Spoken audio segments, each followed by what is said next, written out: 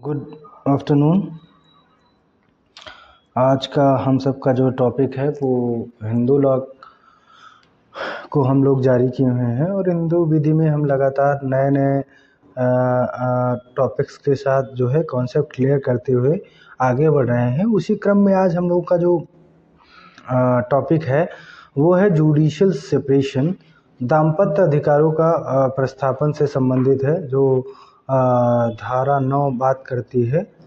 तो हम लोग समझने का प्रयास करेंगे कि दाम्पत्य अधिकारों के प्रस्थापन से संबंधित विधि जो है वो हिंदू विवाह अधिनियम 1955 की धारा 9 में बताई गई है। तो क्या यह धारा संवैधानिक है, और अगर संवैधानिक है तो इसमें जो भी वाद बताए गए हैं उन निर्णीत वादों की सहायता से इसकी जो है व्याख्या को हम लोग समझने का प्रयास करेंगे और जानेंगे कि जुडिशियल सेपरेशन क्या है, न्यायिक पृथक्करण के साथ दाम्पत्य रेस्टिट्यूशन ऑफ कंजुगल राइट्स क्या है। सॉरी, मैं जुडिशियल सेपरेशन बोल रहा हूँ, रेस्टिट्यूशन ऑफ कंजुगल राइट्स की बात हुई है। तो वो क्या है उसे हम लोग समझेंगे। तो धारा 9 में रेस्टिट्यूशन ऑफ कंजुगल राइट्स को बताया गया है, विवाह का परम एवं महत्वपूर्ण कर्तव्य एक दूसरे को सहचर्य प्रदान करना है, सहायता प्रदान करना है या साथ साथ रहने या जीवन की क्रिया पद्धति को संचालित करने के प्रक्रिया है। हिंदू विवाह अधिनियम 1955 की धारा 9 अधिकारों के प्रस्थापन के बारे में उपबंध करती है। धारा 9 कहती है कि जब कि पति या पत्नी ने अपने आप को एक दूसरे से सहचर्य से किसी युक्तियुक्त प्रतिहेतु के बिना अलग कर लिया हो, कोई बिना रीजनेबल ग्राउंड से एक दूसरे को अपने आप से अलग कर लिया है, तो यह व्यथित एग्रीव्ड दंपति अधिकारों के प्रस्थापना के लिए जिला न्यायालय में आवेदन कर सकता है। मान लिया कोई पति है और पत्नी, दोनों में से कोई बिना किसी रीजनेबल ग्राउंड से एक दूसरे से अलग हो रहे हैं या अब राइट्स को वेव ऑफ कर रहे हैं, तो दूसरा उस चीज़ को लागू करवाने के लिए जिला न्यायालय में अपने दाम्पत्य के अधिकारों की प्रस्थापना के लिए आवेदन कर सकता है।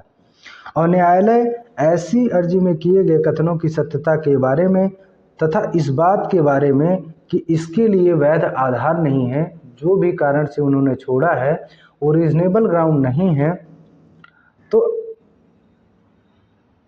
आवेदन मंजूर क्यों न कर लिया जाए। अगर उनका छोड़ने का कोई कारण युक्त नहीं है तो आवेदन मंजूर करने का ग्राउंड बनता है जिला प्रशासन को, जिला न्यायालय को, क्योंकि एक व्यक्ति की वेव ऑफ करने से दूसरे का राइट्स का वायलेशन हो रहा है। तो आवेदन मंजूर क्यों न कर लिया जाए अथवा समाधान हो जाने पर दाम्पत्य अधिकारों की प्रस्थापना को क्यों न लागू कराया जाए।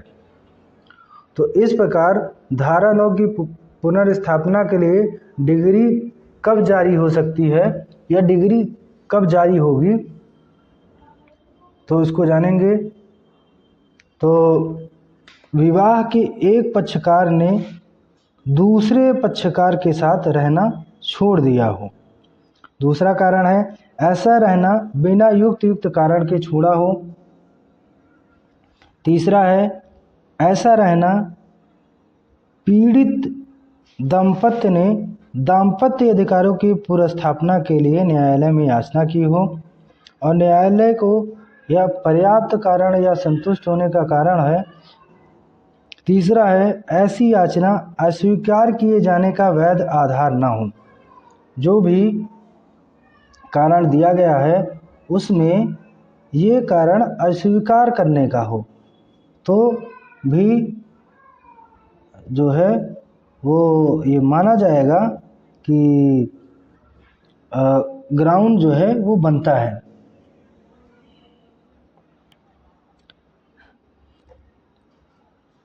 राजस्थान उच्च न्यायालय ने साधु सिंह बलवंत सिंह वर्सेस श्रीमती जगदीश कौर AIR 1969 139 के अधीन दाम्पत्य अधिकारों की पुनर्स्थापना के लिए डिग्री तभी जारी की जा सकती है जब याचना करें, साबित करें।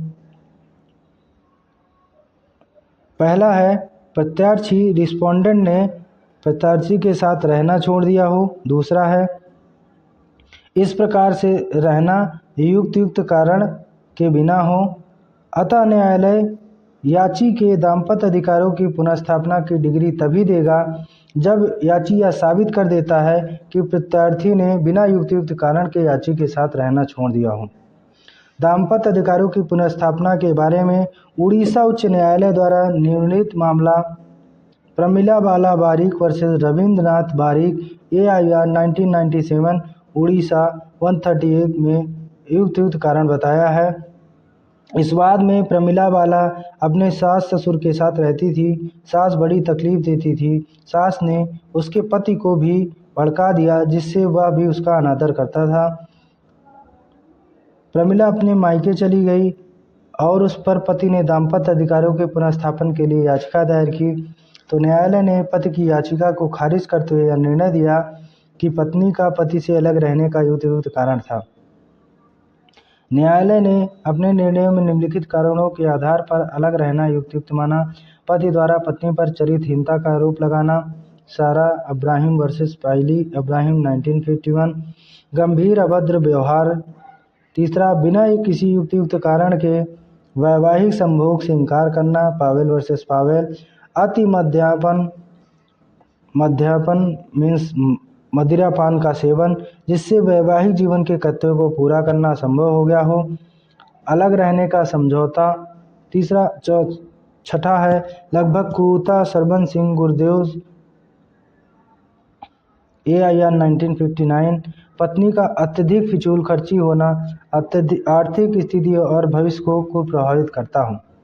जब किसी पक्षकार को दाम्पत्य अधिकारों की पुनर्स्थापना न्यायालय से डिग्री से प्राप्त हो जाती है, परंतु फिर भी दूसरा पक्षकार यदि डिग्री की तिथि से 1 वर्ष के अंदर सहवास प्रारंभ नहीं करता, तो डिग्री प्राप्त करने वाला पक्षकार विवाह विच्छेद के लिए न्यायालय में आवेदन कर सकता है। क्या दाम्पत्य अधिकारों की पुनर्स्थापना का अधिकार संविधान के अनुच्छेद 14 और 21 का उल्लंघन करता है? तो आंध्र प्रदेश उच्च न्यायालय ने टी सरिता वर्सेस वेंकट सुबैया AIR 1983 धारा 9 को इस आधार पर शून्य एवं निष्पक्ष घोषित किया क्योंकि इसके विचार में दाम्पत्य अधिकार पुनर्स्थापना का उपचार एक जंगलीपन एवं बर्बरता से युक्त उपचार था जो संविधान में वर्णित अनुच्छेद 21 का उल्लंघन करता था। परंतु दिल्ली उच्च न्यायालय ने हरविंदर कौर वर्सेस हरविंदर सिंह चौधरी AIR 1984 के मामले में आंध्र प्रदेश उच्च न्यायालय ने अस्वीकार करते हुए धारा 9 को संविधान के विरुद्ध मानने से इनकार कर दिया। उच्चतम न्यायालय ने सरोज रानी वर्सेस सुदर्शन कुमार AIR 1984 के मामले में दिल्ली उच्च न्यायालय द्वारा उक्त मामलों में दिए गए मत को विधिमान्य ठहराया गया। आंध्र प्रदेश उच्च न्यायालय ने उपयुक्त मत को उलट दिया और पत्नी के आवेदन पर न्यायालय ने पति को स्वीकृति से दाम्पत्य अधिकारों की पुनर्स्थापना की डिग्री पारित की। एक वर्ष के बाद पति ने विवाह विच्छेद की डिग्री प्राप्त करने की न्यायालय में प्रार्थना की। पति का तर्क था कि दाम्पत्य अधिकारों की पुनर्स्थापना डिग्री का 1 वर्ष तक पालन न होने के कारण वह विवाह विच्छेद कराने का हकदार था। पत्नी का तर्क था कि डिग्री का पालन हुआ क्योंकि वह दोनों पति के घर में ही रहीं। बाद में घर से निकाल दी गई, परंतु पत्नी अपने मायके अपने कथन को साबित करने में असफल रही। हाईकोर्ट ने विवाह विच्छेद की डिग्री पारित कर दी। पत्नी ने हाईकोर्ट के निर्णय के खिलाफ उच्च न्यायालय में अपील की, जिसमें पत्नी की ओर से 2 तर्क दिए गए और जिसमें पहला था कि पति ने जानबूझकर दाम्पत्य अधिकारों की प्रस्तावना की डिग्री इसलिए पूरी नहीं की क्योंकि वह विवाह विच्छेद चाहता था। दूसरा यह कि धारा 9 अनुच्छेद 14 और 21 का उल्लंघन करती है। अभी निर्धारित हुआ कि धारा 9 अनुच्छेद 14 21 का उल्लंघन नहीं करती। न्यायालय ने निर्णय को अस्वीकार करते हुए अपील खारिज कर दिया।